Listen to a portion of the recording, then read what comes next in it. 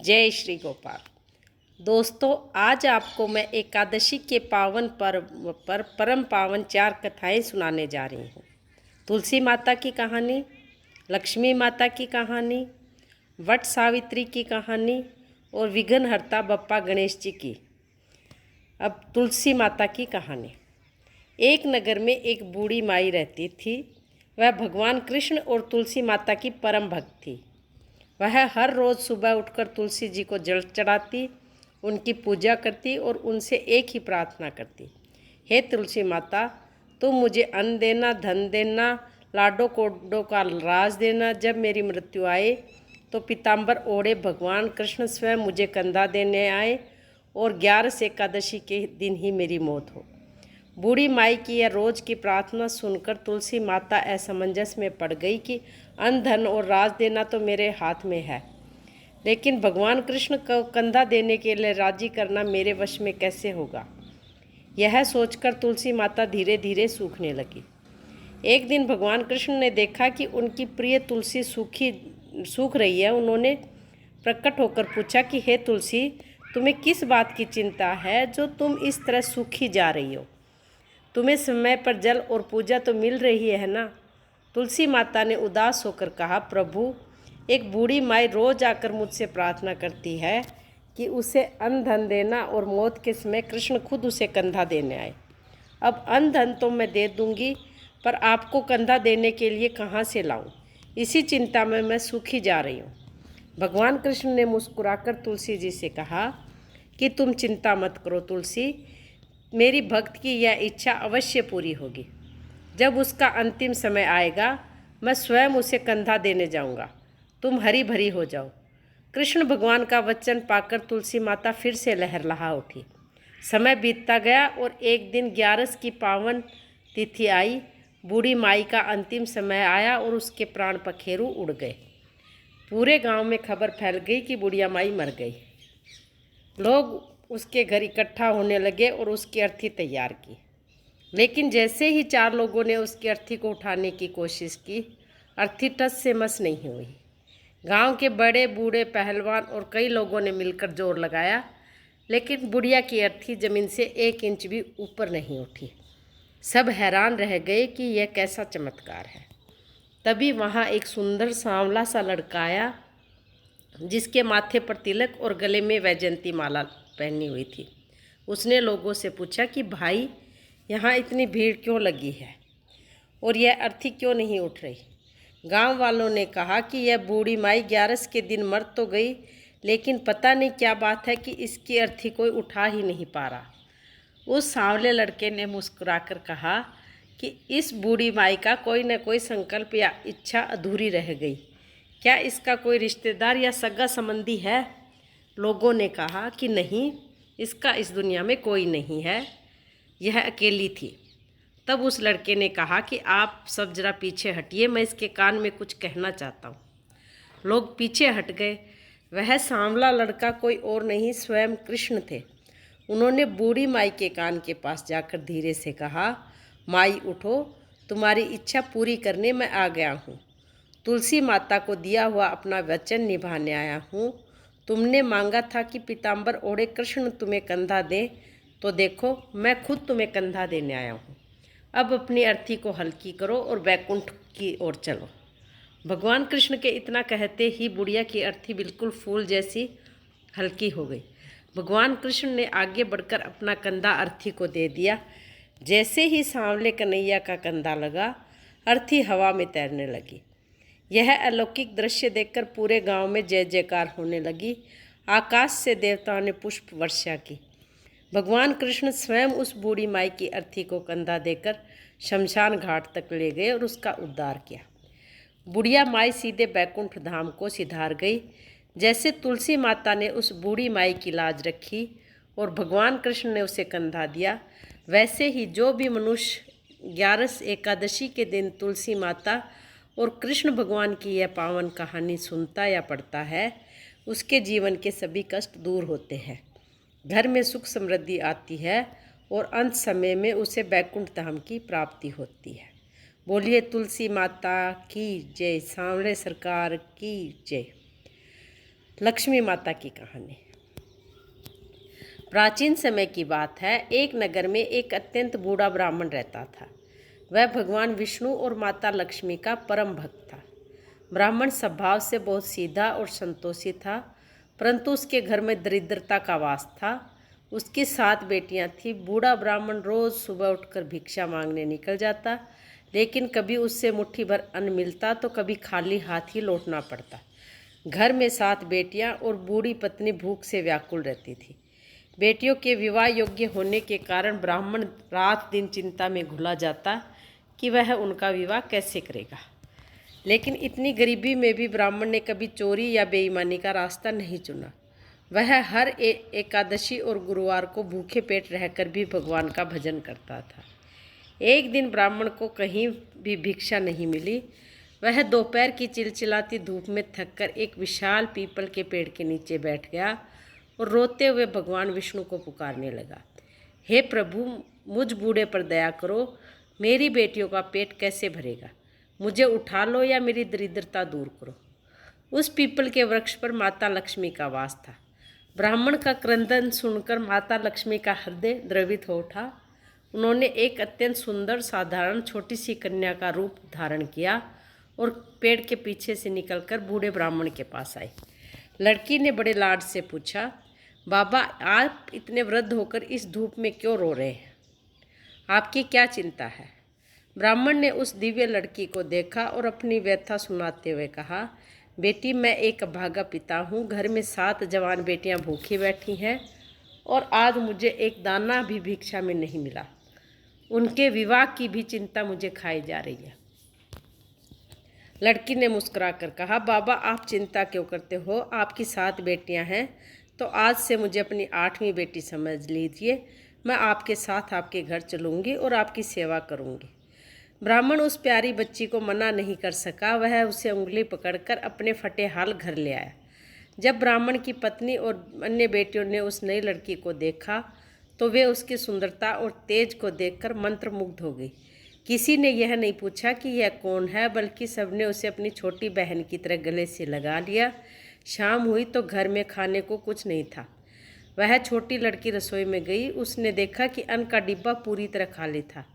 लड़की ने मुस्कुराते हुए इस खाली डिब्बे पर अपना हाथ फेरा और अपनी बड़ी बहनों से कहा कि दीदी, जरा डिब्बा खोलकर देखो, इसमें कुछ है। जैसे ही बड़ी बहन ने डिब्बा खोला, उसकी आंखें फटी की फटी रह गई। वह खाली डिब्बा शुद्ध सोने की मोहरों और उत्तम अन्न से लबालब भरा हुआ था। घर का कोना कोना एक दिव्य सुगंध से महक उठा था। उस रात पूरे परिवार ने कई महीनों बाद पेट भरकर 56 भोग खाए। बूढ़ा ब्राह्मण समझ गया कि यह कोई साधारण लड़की नहीं, बल्कि उसके घर साक्षात लक्ष्मी का आगमन हुआ है। दिन बीतते गए और उस छोटी लड़की के भाग्य से ब्राह्मण के घर में कभी अन्न और धन की कमी नहीं हुई। ब्राह्मण ने अपनी 7 बेटियों के लिए अच्छे घरों की तलाश शुरू कर दी। एक दिन उस राज्य के राजा को इस चमत्कारी ब्राह्मण और उसकी सुंदर संस्कारी बेटियों के बारे में पता चला। राजा स्वयं ब्राह्मण के घर आया। वह ब्राह्मण की 7 बेटियों के सात्विक व्यवहार और बुद्धि से इतना प्रभावित हुआ कि उसने अपने और अपने भाइयों के परिवारों के लिए 7 बेटियों का विवाह प्रस्ताव स्वीकार कर लिया। ब्राह्मण की 7 बेटियों का विवाह बड़े ही धूमधाम से राजघरानों में हो गया। विदाई के समय 7 बहनों ने अपनी छोटी बहन को गले लगाकर बहुत आंसू बहाए और कहा कि बहनों के भाग्य से पिता का घर संवरता है, लेकिन हमारे पिता का घर तो तेरी वजह से स्वर्ग बना है। बेटियों के विवाह के बाद बूढ़ा ब्राह्मण और उसकी पत्नी घर में अकेले रह गए और उनके साथ वह छोटी लड़की थी। एक दिन ब्राह्मण हाथ जोड़कर उस लड़की के सामने बैठ गया और रोते हुए बोला कि हे दिव्य कन्या, तुम कौन हो? तुम्हारे आने से मेरी दरिद्रता मिट गई। मेरी 7 बेटियों का विवाह राजघरानों में हो गया। तुम कोई साधारण मनुष्य नहीं हो सकती। कृपया कर मुझे अपने वास्तविक रूप के दर्शन दो। ब्राह्मण की सच्ची पुकार और निश्चल प्रेम को देखकर वह छोटी लड़की धीरे धीरे अंतर्ध्यान होने लगी और उसके स्थान पर साक्षात चतुर्भुज रूप में कमल पर विराजमान लाल साड़ी पहने माता लक्ष्मी प्रकट हो गई। चारों ओर अलौकिक प्रकाश फैल गया। बूढ़ा ब्राह्मण और उसकी पत्नी माता के चरणों में गिर पड़ी। माता लक्ष्मी ने उठाते हुए कहा कि हे भक्त, मैं तुम्हारी निष्काम भक्ति, संतोष और तुम्हारी बेटियों के निश्चल प्रेम से अत्यंत प्रसन्न हूँ। तुम अत्यंत गरीब थे, फिर भी तुमने कभी धर्म का मार्ग नहीं छोड़ा। तुम्हारी इसी परीक्षा को लेने और तुम्हारे कष्टों को हरने के लिए मैं तुम्हारी बेटी बनकर तुम्हारे घर आई थी। अब तुम जीवन भर सुख वैभव भोगोगे और अंत में वैकुंठ को प्राप्त होगे। जो भी मनुष्य एकादशी या गुरुवार के दिन मेरी इस बेटी रूपी व्रत कथा का श्रवण करेगा या पढ़ेगा, उसके घर में कभी दरिद्रता पैर नहीं पसारेगी। यदि उसकी बेटियां होंगी तो वे सौभाग्यवती होंगी और उनके घर हमेशा धन धान्य से भरे रहेंगे। यह वरदान देकर माता लक्ष्मी अंतर्ध्यान हो गई।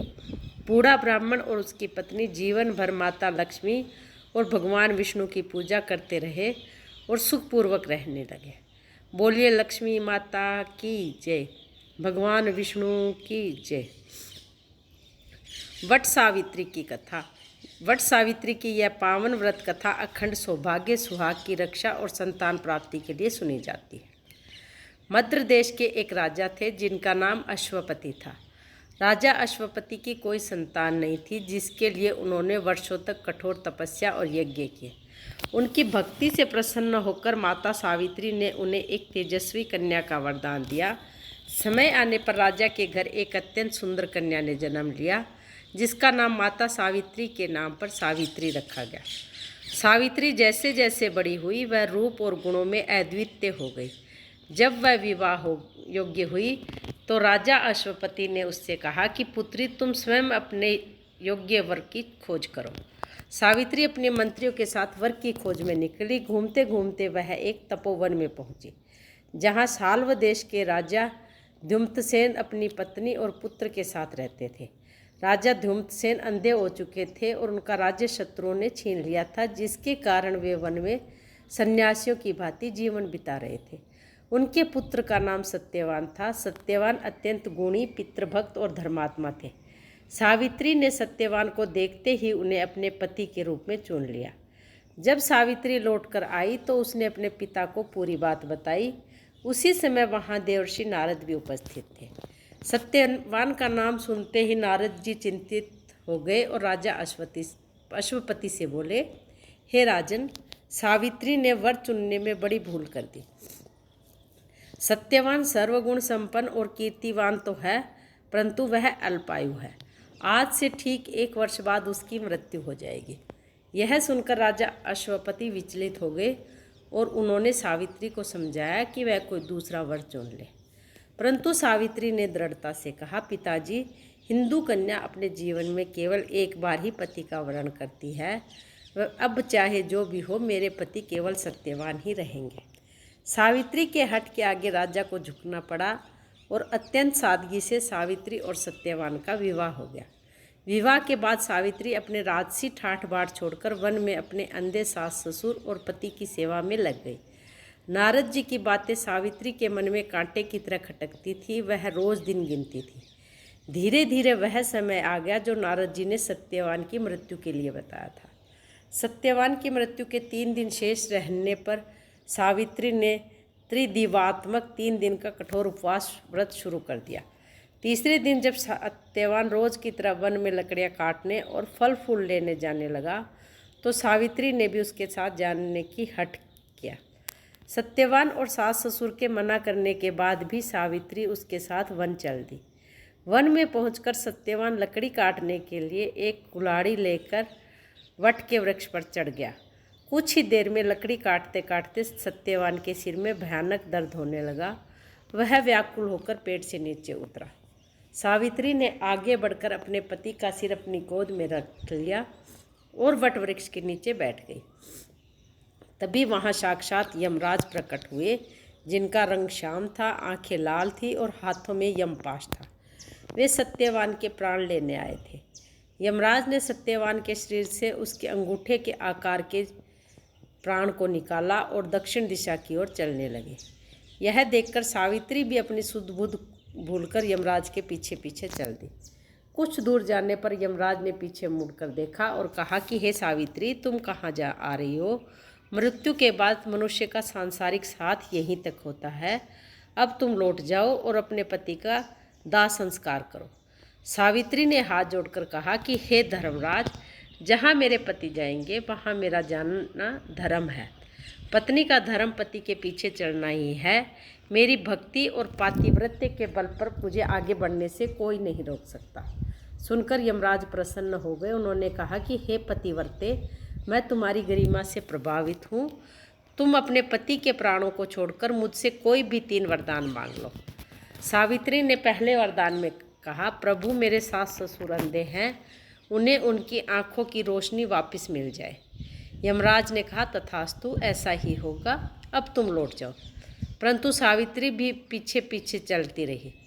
यमराज के दोबारा टोकने पर उसे दूसरा वरदान मांगने को कहा। सावित्री ने दूसरे वरदान में कहा कि मेरे ससुर का खोया हुआ राज्य उन्हें वापस मिल जाए और वे फिर से राजा बने। यमराज ने कहा, तथास्तु, तुम्हारी यह इच्छा भी पूरी हुई, अब तुम लौट जाओ। परंतु सावित्री यमराज के पीछे चलती ही रही और धर्म नीति की बातें करती रही। यमराज उसकी निष्ठा देखकर भाव विभोर हो गए। उन्होंने कहा कि सावित्री, मैं तुम्हें अंतिम तीसरा वरदान देता हूँ, लेकिन याद रखना, तुम्हें पति के प्राण नहीं मांग सकती। सावित्री मुस्कुराकर बड़ी चतुराई से अपना तीसरा वरदान मांगा।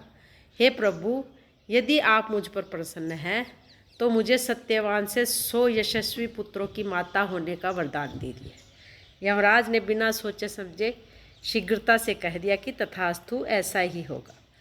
वरदान देकर यमराज जैसे ही आगे बढ़े, सावित्री ने कहा कि हे धर्मराज, आपने मुझे 100 पुत्रों की माता होने का वरदान दिया है, परंतु एक पतिव्रता स्त्री अपने पति के बिना किसी पुरुष की संतान की कल्पना भी नहीं कर सकती।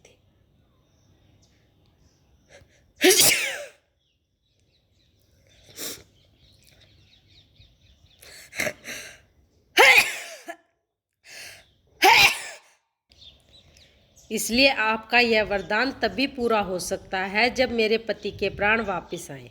यदि आप सत्यवान को साथ ले जाएंगे तो आपका दिया हुआ वरदान झूठा हो जाएगा। यमराज सावित्री की इस अद्भुत बुद्धिमत्ता और पातिव्रत्य धर्म के आगे निरुत्तर हो गए। उन्हें अपनी हार स्वीकार करनी पड़ी। यमराज ने सहर्ष सत्यवान के सूक्ष्म प्राणों को पास से मुक्त कर दिया और कहा कि हे सावित्री, तुम्हारी बुद्धिमत्ता और सतीत्व के आगे साक्षात काल भी हार गया। मैं तुम्हारे पति को दीर्घायु का वरदान देता हूँ। यह कहकर यमराज अंतर्ध्यान हो गए। सावित्री दौड़ती हुई वापस उसी वट वृक्ष के पास आई जहाँ सत्यवान का मृत शरीर पड़ा था। उसने जैसे ही अपने पति का सिर दोबारा अपनी गोदी में लिया, सत्यवान के शरीर में चेतना लौट आई। वह ऐसे उठा जैसे गहरी नींद से सोकर उठा हो। उसने सावित्री से कहा कि मैं बहुत देर तक सोता रहा, तुमने मुझे जगाया क्यों नहीं, और वह सांवला पुरुष कहाँ गया जो मुझे ले जा रहा था। सावित्री ने मुस्कुराते हुए कहा कि स्वामी, सब संकट टल गया, वह बातें मैं आपको घर चलकर बताऊंगी। जब वे दोनों आश्रम लौटे तो देखा कि उनके माता पिता की आंखें ठीक हो चुकी हैं। तभी पड़ोसी राज्य के मंत्री यह संदेशा लेकर आए कि दुष्ट राजा मारा गया और प्रजा प्रद्युम्न को वापस राजा बनाना चाहती है। सावित्री के सतीत्व और वट सावित्री व्रत के प्रभाव से उनका पूरा परिवार फिर से धन धान्य और सुख से संपन्न हो गया। क्योंकि सावित्री ने अपने पति के प्राण वट वृक्ष के नीचे ही वापस पाए थे, इसलिए इस दिन वट वृक्ष की पूजा का विशेष महत्व है। जो भी सौभाग्यवती स्त्री ज्येष्ठ अमावस के दिन वट सावित्री का यह व्रत रखती है और इस पावन कथा को सुनती है, उसके सुहाग पर आने वाले संकट दूर हो जाते हैं और उसका सुख समृद्धि तथा संतान से घर भर जाता है। बोलिए सती सावित्री माता की जय। भगवान सत्यनारायण की जय। गणेश जी की व्रत कथा। एक नगर में एक अंधी बुढ़िया माई रहती थी। वह अत्यंत गरीब थी। उसका इस दुनिया में कोई नहीं था और वह एक छोटी सी टूटी फूटी झोपड़ी में रहकर अपना जीवन काटती थी। इतनी दरिद्रता और अकेलेपन में भी बुढ़िया माई के पास एक बहुत बड़ा सहारा था, भगवान गणेश जी की भक्ति। वह हर रोज़ सुबह उठती, जैसे तैसे अपनी झोपड़ी को साफ करती और मिट्टी से बने गणेश जी की मूर्ति के सामने बैठकर घंटों उनका भजन कीर्तन करती थी।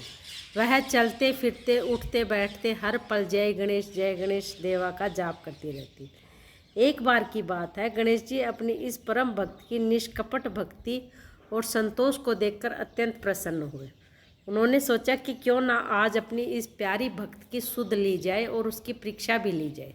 गणेश जी एक छोटे से बालक का रूप धारण किया। वे हाथ में चुटकी चावल और एक छोटा सा चम्मच लेकर बुढ़िया माई की झोपड़ी के द्वार पर पहुंच गए। बालक रूपी गणेश जी ने अपनी तोतली आवाज़ में बाहर से आवाज़ लगाई, माई ओ माई, जरा बाहर तो आओ, देखो तुम्हारे द्वार पर कौन आया है। बुढ़िया माई अपनी लाठी टेकती हुई टटोलते टटोलते झोपड़ी के बाहर आई।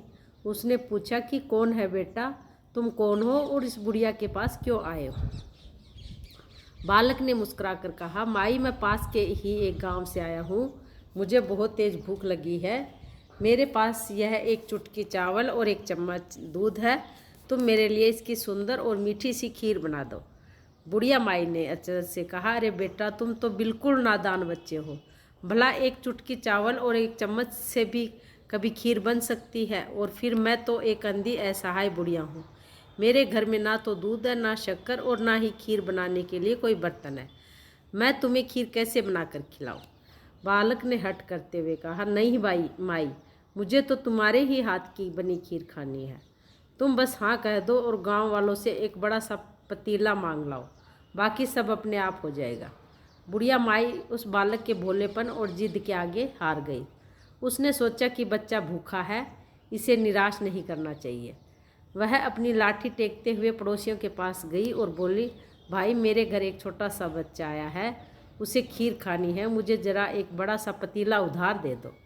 पड़ोसियों ने जब सुना कि बुढ़िया एक चुटकी चावल के लिए बड़ा पतीला मांग रही है तो वे हंसने लगे और ताना मारते हुए बोले, अरे बुढ़िया, तेरे खुद के खाने के ठिकाने नहीं है और तू बड़ा पतीला मांग रही है। एक चुटकी चावल तो एक छोटे से लोटे में भी आ जाएगा।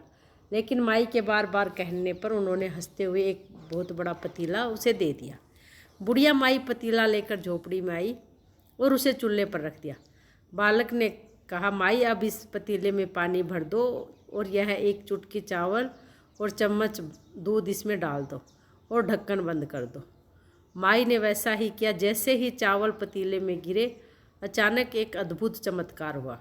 वह पतीला देखते ही देखते गाढ़े मलाईदार दूध, उत्तम बासमती चावल, केसर, काजू, बादाम और ढेर सारी शक्कर से बनी सुगंधित खीर से लबालब भर गया। पूरी झोपड़ी में ऐसी अलौकिक खुशबू फैल गई जैसी पूरे नगर में कभी किसी ने नहीं सूंघी थी। खीर उबल उबल कर पतीले से बाहर आने लगे। बुढ़िया माई को सुगंध से ही समझ में आ गया कि बहुत बड़ा चमत्कार हुआ है। उसने घबराकर पूछा, बेटा यह कैसी खुशबू है? चूल्हे पर क्या हो रहा है? बालक ने कहा कि माई खीर बनकर तैयार हो गई है और उबल रही है, तुम जल्दी से इसे चूल्हे से उतारो और मुझे परोसो। बुढ़िया माई ने कहा, बेटा खीर तो बहुत गर्म होगी, तुम थोड़े ठंडे हो जाने दो, फिर पेट भरकर खाना। बालक ने कहा, ठीक है माई, मैं तब तक बाहर खेल कर आता हूँ। जब खीर ठंडी हो जाए तो तुम मुझे पुकार देना। यह कहकर बालक बाहर चला गया। जब खीर थोड़ी ठंडी हुई तो बुढ़िया माई ने सबसे पहले एक सुंदर थाली सजाई। उसने सोचा कि मेरा लल्ला बाहर खेल रहा है, तब तक क्यों ना मैं अपने झोपड़ी में बैठे मिट्टी के गणेश जी को इस दिव्य खीर का भोग लगा दूं। उसने भाव विभोर होकर गणेश जी की मूर्ति के आगे खीर का थाल रखा और रोते हुए बोली, हे गजानन, हे विघ्नहर्ता, आज इस बुढ़िया की झोपड़ी में जो भी अनमोल अन्न बना है वह सब आपकी ही कृपा है। पहले आप भोग लगाओ प्रभु। जैसे ही उसने भोग लगाया, साक्षात गणेश जी ने अदृश्य रूप से उस पूरी थाली की खीर को ग्रहण कर लिया। इसके बाद बुढ़िया माई ने खुद भी वह अमृत जैसी खीर पेट भर के खाई। जीवन में पहली बार बुढ़िया को ऐसा असीम आनंद मिला था। काफ़ी समय बीत गया लेकिन वह बालक वापस नहीं आया। शाम होने को आई तो बुढ़िया माई चिंतित हो गई। वह झोपड़ी के बाहर गई और ज़ोर ज़ोर से पुकारने लगी, बेटा कहाँ हो तुम? आओ, खीर ठंडी हो गई है, आकर खा लो। बुढ़िया की आवाज़ सुनकर वही बालक उसकी लाठी पकड़कर झोपड़ी के अंदर आया। बालक के स्पर्श में एक दिव्य ऊर्जा थी। बालक ने कहा, माई तुमने तो खीर खा ली और अपने गणेश जी को भी खिला दी, लेकिन मेरा पेट तो अभी भी खाली। अब बताओ तुम मुझे मेरी इस खीर का क्या मोल दोगे? मैं ऐसे नहीं जानने वाला, तुम्हें कुछ ना कुछ तो देना ही होगा। बुढ़िया माई हाथ जोड़कर रोने लगी और बोली, बेटा मैं तो एक अंधी, लाचार और कंगाल बुढ़िया हूँ। मेरे पास तुम्हें देने के लिए कुछ भी नहीं है। मैं तुम्हें क्या दे सकती हूँ? बालक ने मुस्कुराकर कहा, माई तुम जो चाहो मुझसे मांग सकती हो। मैं तुम्हें देने आया हूँ, लेने नहीं। मांगो तुम्हें जो मांगना है। बुढ़िया माई असमंजस में पड़ गई। उसने कहा, बेटा मुझे तो मांगना भी नहीं आता। मैं कल अपने पड़ोसन से पूछकर बताऊंगी कि मुझे क्या मांगना चाहिए। बालक ने कहा कि ठीक है माई, मैं कल सुबह फिर आऊँगा। रात को बुढ़िया माई पड़ोसन के घर गई और बोली, बहन मेरे घर जो बच्चा आया है वह मुझसे कुछ मांगने को कह रहा है। तुम बताओ मैं उससे क्या मांगूँ? पड़ोसन बड़ी चालाक और लालची थी। उसने कहा, अरे बुढ़िया तू पागल है क्या? सीधे सीधे उससे सोने की मोहरें, धन दौलत और एक बड़ा सा महल मांग ले। तेरी गरीबी हमेशा के लिए कट जाएगी। बुढ़िया माई को उसकी बात पूरी तरह जची नहीं। वह लौटते समय रास्ते में अपने गांव के जमींदार के पास गई और पूछा। जमींदार ने कहा कि माई धन दौलत तो लोग चुरा लेंगे, तू उससे अपनी आंखों की रोशनी मांग ले ताकि तू इस सुंदर संसार को देख सके। बुढ़िया माई अपनी झोपड़ी में वापस आ गई, लेकिन उसका मन फिर भी अशांत था। उसने सोचा कि अगर मैं केवल धन मांगूं तो अंधी होने के कारण उसका सुख नहीं ले पाऊंगी। अगर केवल आंखें मांगूंगी तो गरीबी के कारण भीख मांगकर खाना पड़ेगा। उसने रात भर विचार किया और सुबह होते ही गणेश जी की मूर्ति के सामने बैठ गई। सुबह होते ही वह दिव्य बालक फिर से झोपड़ी में आया और अपनी खड़म खड़म की आवाज़ करते हुए बोला, माई सुबह हो गई। मैंने जो वादा किया था उसके अनुसार मैं आ गया हूँ। बताओ तुमने क्या सोचा है? जल्दी मांगो, मुझे देर हो रही है। बुढ़िया माई ने मुस्कुराते हुए उस बालक के दोनों हाथ अपने हाथों में थाम लिए और बड़े ही चतुर और सीधे स्वभाव से बोली, बेटा यदि तुम मुझे देना ही चाहते हो तो मेरी एक छोटी सी इच्छा पूरी कर दो। बालक ने कहा, हाँ माई मांगो। बुढ़िया माई ने एक ही सांस में सब कुछ मांगते हुए कहा, बेटा मुझे 9 करोड़ की माया, निरोगी काया, अमर सुहाग दो, गोदी में पोता और अंत समय में बैकुंठ धाम का वास दो। इसके अलावा मुझे और कुछ नहीं चाहिए। सुनकर बालक रूपी गणेश जी जोर से हंस पड़े। वे वास्तविक चतुर्भुज रूप में प्रकट हो गए। चारों ओर प्रकाश फैल गया। गणेश जी ने हंसते हुए कहा, माई तुमने तो मुझे पूरी तरह से बांध लिया।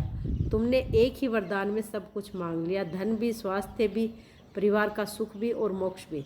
परंतु मैं अपने वचन का पक्का हूँ। तुमने मुझे इतनी स्वादिष्ट खीर खिलाई है, तुमने इसलिए जो तुमने मांगा वह सब तुम्हें अवश्य मिलेगा। तथास्तु कहकर गणेश जी ने अपनी सूंड उठाई और अंतर ध्यान हो गए। उसी क्षण बुढ़िया माई की आंखों में दिव्य ज्योति आ गई। उसने देखा कि उसकी टूटी फूटी झोपड़ी एक विशाल और आलीशान सोने के महल में बदल चुकी थी। घर में धन धान्य और सोने चांदी के घड़े भरे हुए थे। तभी बाहर से दौड़ता हुआ उसका बेटा और बहू आए, जिसकी गोद में एक सुंदर सा पोता खेल रहा था। बुढ़िया माई का पूरा परिवार सुखी और समृद्ध हो गया। जैसे गणेश जी महाराज ने उस भूखी और अंधी बुढ़िया माई के दुखों को दूर किया, उसकी टूटी झोपड़ी को महल बनाया, उसकी आंखों की रोशनी लौटाई और उसे सब कुछ दिया, वैसे ही जो भी भक्त संकट चौथ या गणेश जी की पूजा में इस खीर वाली कथा को सच्चे मन से सुनता या सुनाता है, गणेश जी उसके जीवन के सभी विघ्न बाधाओं को हर लेते हैं। उसके घर में कभी अन्न, धन और संतान की कमी नहीं होती और अंत में उसे मोक्ष की प्राप्ति होती है। बोलिए गजानंद महाराज की जय, सिद्धि विनायक भगवान की जय।